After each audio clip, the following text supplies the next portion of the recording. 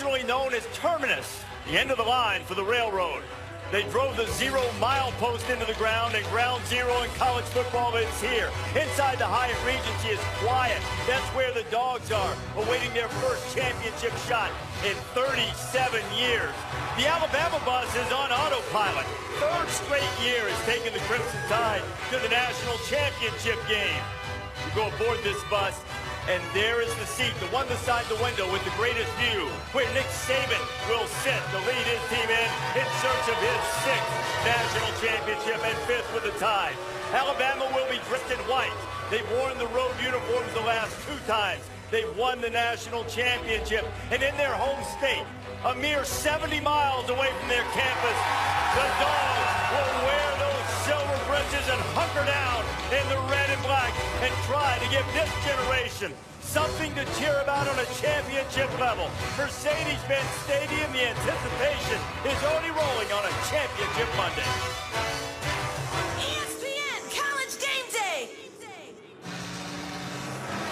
We're coming to your city. Yeah!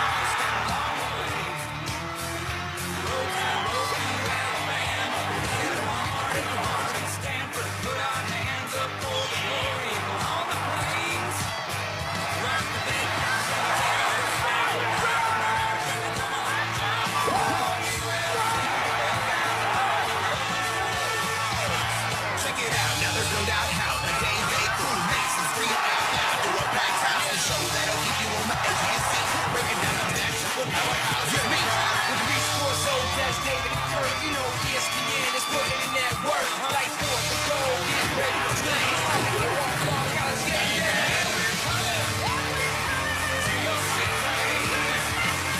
If you want a little bang in your yin yang, if you want a little bang in your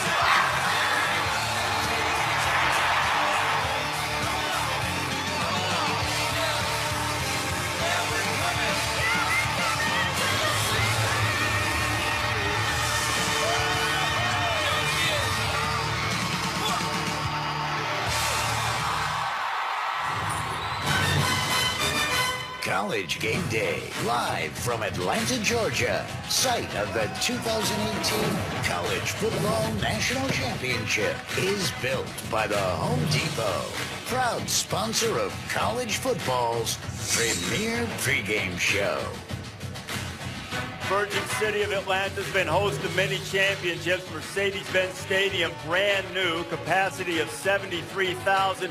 Keeping the roof closed, haven't quite mastered all of that, opening it quickly just yet, and we're now inside.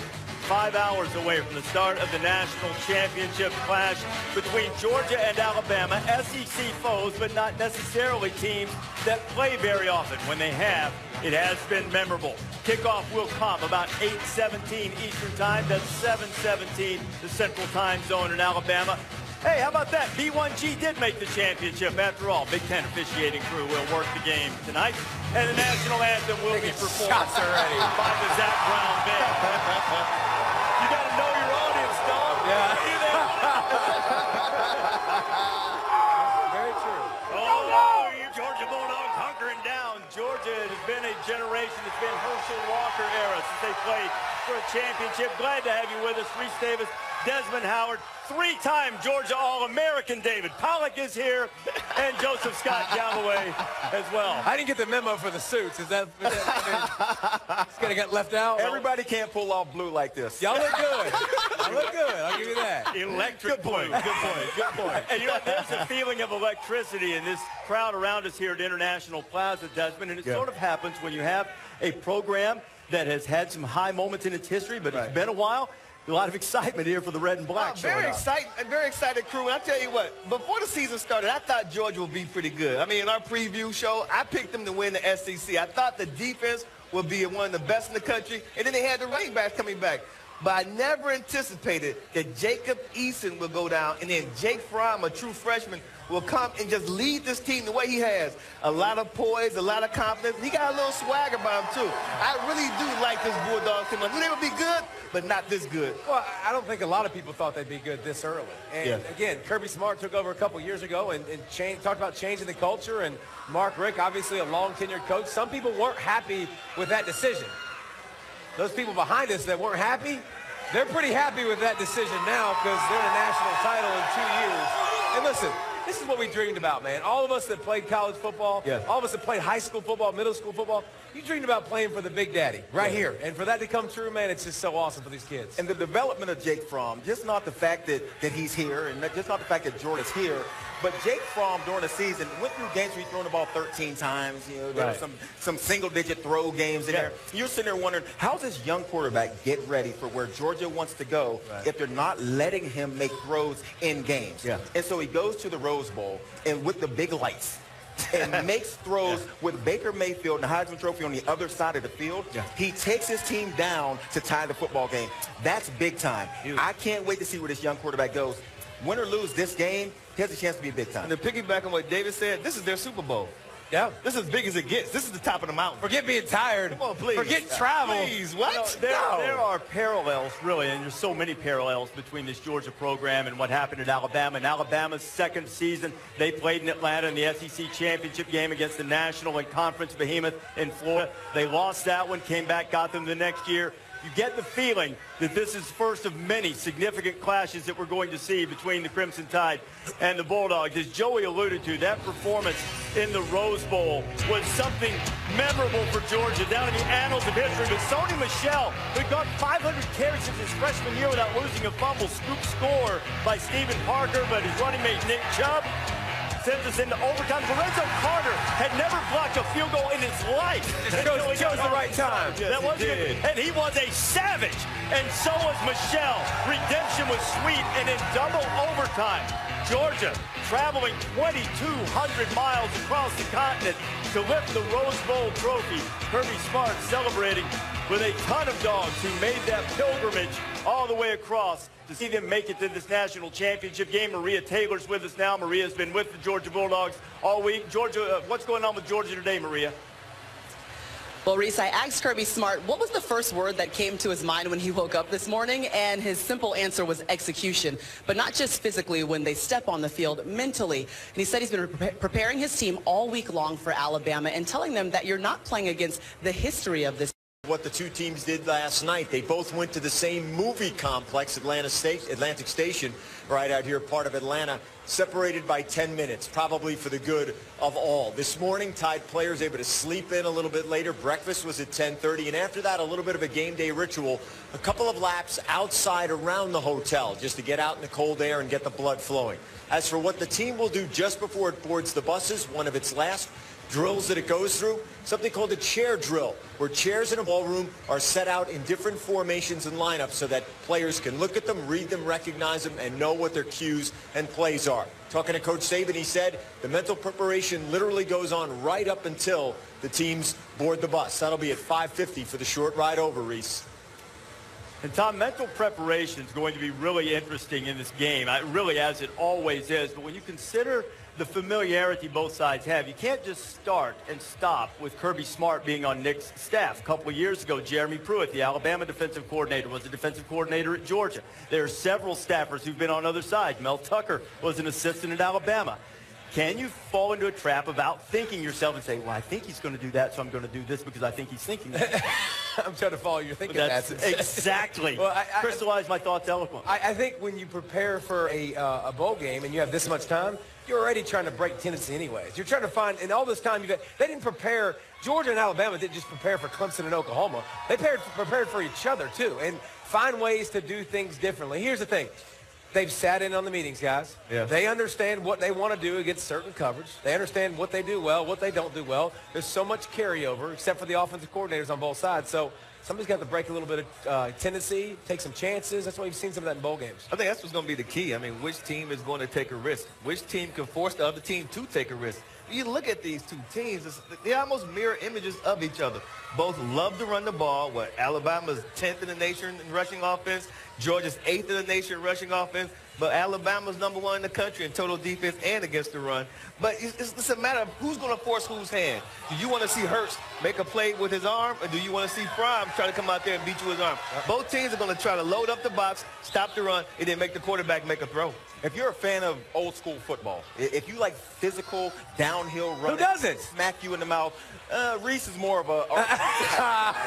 Hey, he knows me well. What I like, Pollock. He likes old bubbles. I've seen the arm. And so in these kind of games, when both teams are very physical and both teams need to run the ball to be successful, these are the ones you come in, you sit down, you get ready early, because you want to see who smacks who in the mouth first and how they do it. If you can do it with your front four, if you can slow down the run with your front four, then you have the advantage early on in this game. And it's not just about who smacks who, it's how you respond after you get smacked. Because both these teams are going to be doing some smacking. And responding in really unfamiliar situations here. There's a week between these games. That is the shortest period of time we've had between the semifinals and final in the college football playoff era. And I know what you're thinking. You're thinking, well, every week in the season there's just a week between games.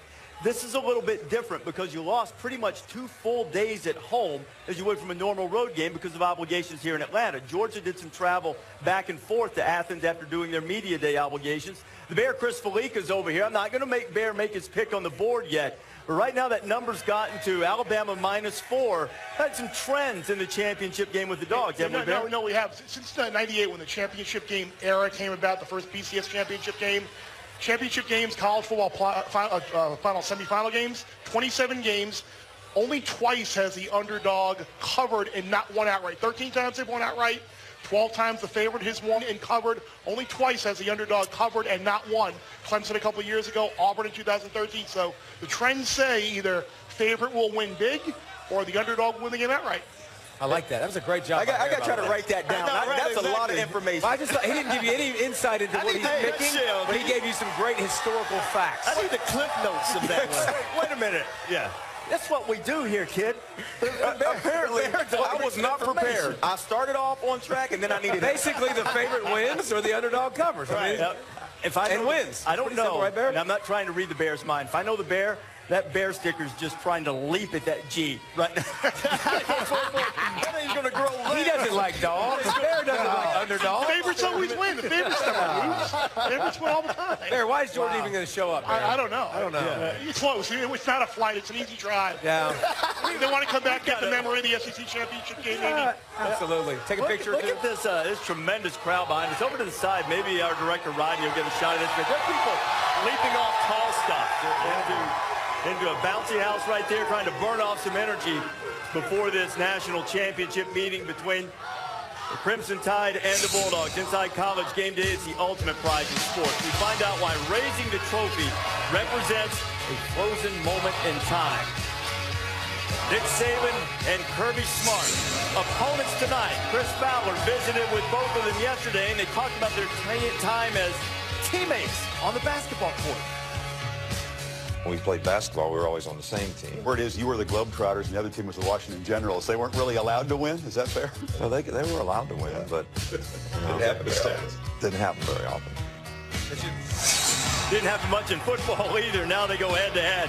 Best moments from this college football season, and what a season it has been. Some remarkable moments, images that we'll remember long after this game comes to an end. It's chilly. There's been some precipitation, almost frozen type in Atlanta, but nothing can dampen or chill the preparation for this border battle between the Dogs and the Tide.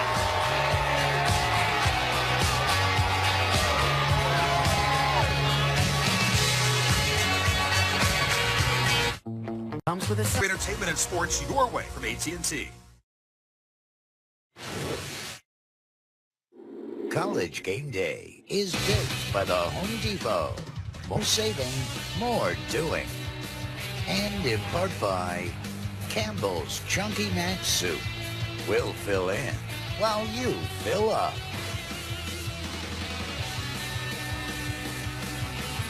That was the Georgia Dome going down, imploded this fall after the Mercedes-Benz Stadium was Open and ready for business. New home of the Falcons, new home of the SEC Championship game as well. Aerial coverage provided by Goodyear. When Mother Nature blitzes, and boys, Mother Nature blitz this week in Atlanta.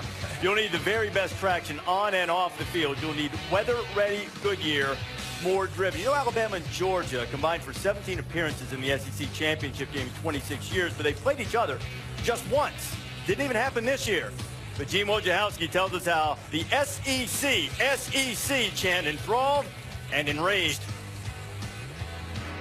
When it comes to this national championship, there's a thin line between love and hate. Maybe you hate seeing two SEC teams. You want to stick knitting needles in your eyes every time you hear the mere sight of Nick Saban in his Argyle sweaters sends you screaming into the darkness. Morning.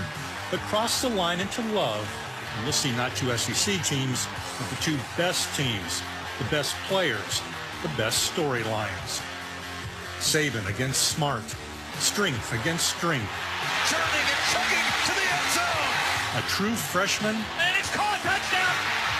against a true dynasty. Alabama back on top of the college football world. Love, hate, it's your choice. Or you can do what UCF did. Ignore. And Scott Frost is going to join us a little bit later on in College Game Day, former UCF and now Nebraska head coach. Georgia and Alabama fans out here going head-to-head, but there's not the same familiarity that there was between Alabama and LSU when they played in a rematch after the 2011 season. The commissioner of the SEC, Greg Sankey, is with us now. Greg, when that happened, when Alabama and LSU played in 11, it led to change. This year, I don't get the same sense, the same type of reaction.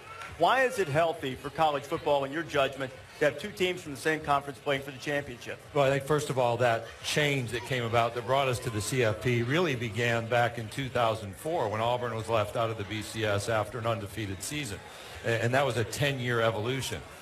These were the College Football Playoff Selection Committee was charged with selecting the 4 best teams. That's the set of principles established by the conference commissioners, and Alabama and Georgia were 2 of those 4 best teams. In fact, they were the underdog in their 2 semifinal games based on the rankings, and clearly, based on last Monday, earned their way to this game. You obviously were elated on Selection Day and very happy on New Year's Day. But there might be a year at some point when you're the commissioner of the conference on the outside looking in. How will that impact your perspective? Well, my thinking has been impacted before this game. I have great empathy for my colleagues. In fact, we had a meeting today, and I talked about the reality of us not having a team. That's not an easy thought at all. And it's now my 3rd season, and I can tell you there were 2 things on my mind my first football year. One is making sure you had a full Georgia Dome. Now that's gone. And then the thought of not having a team in the playoff after all the success we had under Mike Slide's leadership. So we're doing well. I expect conversations to continue. I respect the need to continue a review of the selection criteria, yet these principles were established, and we're here today because of those principles. Hey, Greg, I don't have a problem with 2 teams being in the championship game from the same conference, because I agree with what Wojo said. You want to get the 2 best teams, and I think we do have the 2 best teams. From a monetary standpoint, how much money does this bring the SEC to have 2 teams in the championship game? Really not any more than we might have, in fact, less under some other bowl arrangements. The money, the revenue is allocated to the conferences, and we haven't placed a great deal of emphasis on competitive success within the playoffs. And certainly there is revenue, but we're talking about much less than, for instance, had we had a team in one of our contract bowls rather than the semifinals. So when you look at the formula now that we have, somebody's getting left out regardless. So if you're looking at the 2 SEC teams in the final, if an SEC team was left out and 2 teams were left in the conference or put in from the Big Ten, say, in the past couple years, would that have been okay in your eyes, or would you have a problem and you would have spoke out about it? Well, that would have been a concern. Let's be clear. Right now, I'm here with 2 SEC teams, so I have a broad smile on my face. Absolutely. We walked down the avenue of the hypothetical, and absolutely I've thought about that. In fact, I've done some work independently to just ask about the history of the criteria, because I was not the commissioner at the time the principles were established. Yet, the goal is to have the 4 best teams in the college football playoff, and that's the charge of the selection committee. And people can disagree, but I think they arrived at the right destination this year. But if we were 5th or not 4th, which is not my expectation, and that's not our expectation, there would be some sleepless nights around that moment. And beyond just this game with two SEC teams, speaking about the entire conference as a whole, to begin the season, the conversation has been Alabama, and can someone else join Alabama in these conversations? All of a sudden, Georgia wins the conference. Alabama also gets in. The health of the SEC as a whole is now looking a lot better with Georgia a good team, Alabama, Auburn a good team, LSU getting better. And we're at a time of transition as a league at every level. President, chancellor, athletics directors, and a lot of noise, if you will, around all the football coaches that changed in the Southeastern Conference. But I think that's the commitment to excellence, if you will, and I know I'm borrowing that from the Raiders, but the high expectations here.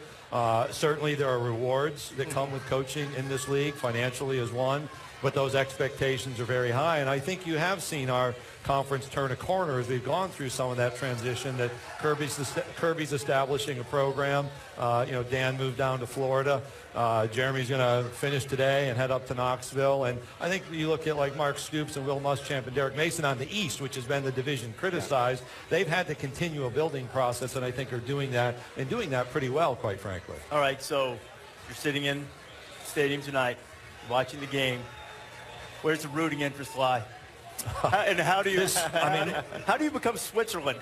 It is the third time it's happened, 10 months. Women's basketball with South Carolina and Mississippi State, baseball with LSU and Florida. And it's a weird feeling for So how do we cheer? How do we do this? You just sit there and you kind of watch and you appreciate great plays, but you don't want to be caught on camera smiling at a great play. Or cheering. Because then it's like, oh, he's there. So I have the pink tie on. There was a debate between pink and green. We decided pink was a more attention-grabbing color, but it's a tribute to the conference. These two teams are prepared for this stage, and it'll be a fun evening. Yeah, if you get caught smiling, you know what happens on these phones. No, nothing bad. No. Believe me. Congratulations. Thank you. Great, Thank you, gentlemen. Commissioner of the SEC. Two teams in the playoff, two teams playing for the national championship tonight. Alabama and Georgia. Still to come on College Game Day. Boy, Georgia has had Jake Fromm emerge as an unflappable freshman leader. Where he came from and how he won over his teammates coming up. And what is Nick Saban's legacy? Is it impacted at all? He can win a 6th championship tonight. Nick just does a great job at everything. I learned so much from coaching with him at Cleveland. A great motivator, great with X's and O's.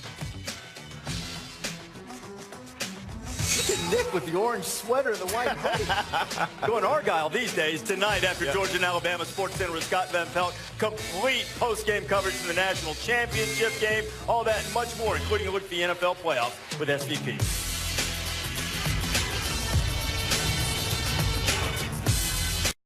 Originally known as Terminus, the end of the line for the railroad. They drove the 0-mile post into the ground, and ground zero in college football is here. Inside the Hyatt Regency is quiet. That's where the dogs are, awaiting their first championship shot in 37 years. The Alabama bus is on autopilot. Third straight year has taken the Crimson Tide to the national championship game. You go aboard this bus, and there is the seat, the one beside the window with the greatest view, where Nick Saban will sit to lead his team in search of his 6th national.